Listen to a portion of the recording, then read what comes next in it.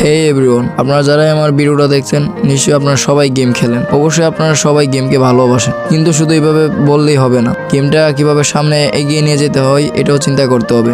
আজ গেমের যে অবস্থা আমরা দেখতে পাচ্ছি, শীঘ্রই আমরা এই গেমকেও হারাতে পারি। আপনারা হয়তো অনেকেই দেখেছেন আমাদের ওল্ড লিজেন্ড রাইস্টার এবং গায়ন বাইশ অনেক কন্টেন্ট ক্রিয়েটররা তারা গেম থেকে লিভ নিয়েছে। তার শুধু একটাই কারণ, এটা হলো হ্যাকার, যেটা গেমটাকে বর্তমানে অনেকটা আনব্যালেন্স করে ফেলেছে। যেটা সত্যি অনেকটা দুঃখজনক। এমনভাবে হয়তো আমরা শীঘ্রই গেমটাকেও আমরা হারিয়ে ফেলতে পারি।